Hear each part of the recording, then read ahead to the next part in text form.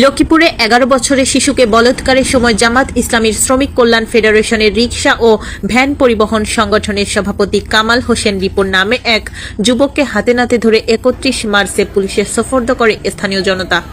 অভিযুক্ত কামাল হোসেন মিকার জামাত ইসলামী সহযোগী সংগঠন শ্রমিক কল্যাণ ফেডারেশন আওতাধীন 1 নম্বর উত্তর হামসাদি ইউনিয়নের রিকশা ও ভ্যান সংগঠন পরিবহন সভাপতি।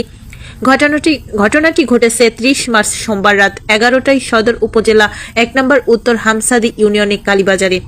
ভিকটিম 12 বছরের শিশু সাংবাদিকদের বলেন, সোমবার বিকাল 4টায় তার একটি সাইকেল মেরামতের উদ্দেশ্যে কামাল মিকারের দোকানে যায়। শিশুটির সাইকেল মেরামতের কথা বলে সময়ের কালক্ষেপণ করে কামাল। রাত 11টা পর্যন্ত শিশুটিকে বসিয়ে রাখা হয়।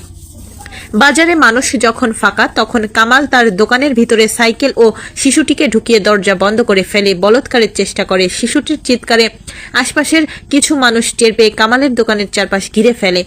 মানুষের আনাগোনার শব্দ টের পেয়ে দোকানের ভিতরের বৈদ্যুতিক বাল্ব সুইচ বন্ধ করে ফেলে কামাল।